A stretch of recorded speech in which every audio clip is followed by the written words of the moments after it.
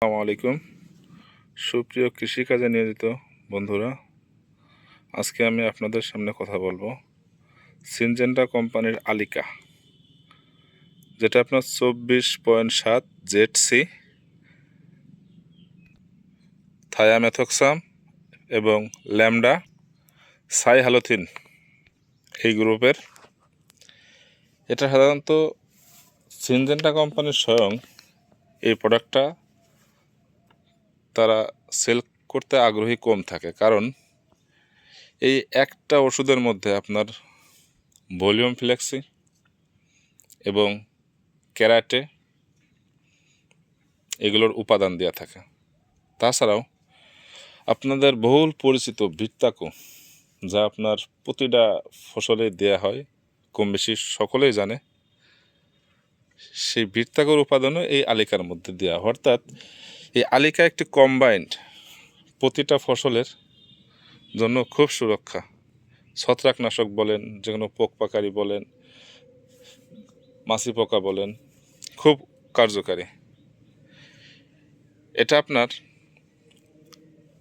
দিতে হয় 10 লিটার পানিতে 5 মিলি, অর্থাৎ 1 মিলিতে আপনার 2 লিটার পানির কাজ করবে। এটি আপনার 50 মিলি হয়, বড় ফাইল হয় না। এটা দিলে আপনার যে কোনো ফসলের টিকার কাজ করবে।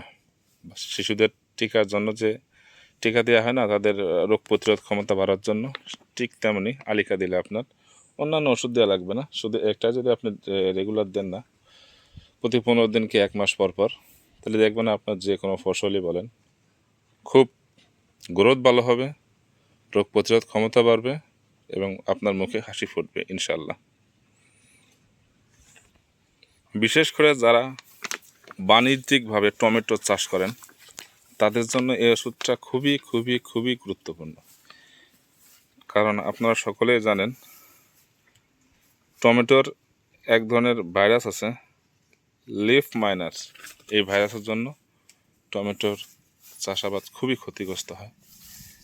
এই জন্য এটা সেই টমেটোর উপর ভিত্তি করেই করা হয়েছে। তারপরেও আপনারা আলিকা আপনারা যে কোনো ফসলে দিতে পারবেন, সমস্যা নেই। বিশেষ করে এটা আপনার যদি পেঁপে গাছে দিতে পারেন, খুব ভালো রেজাল্ট পাবেন আশা করি ইনশাল্লাহ। আপনারা জানেন যে পেঁপে গাছের ভাইরাসজনিত কারণে আমাদের কৃষক ভাইয়েরা অনেক লসের মুখোমুখি হয়। দোয়া রাখবেন, ভালো রাখবেন। আসসালামু আলাইকুম।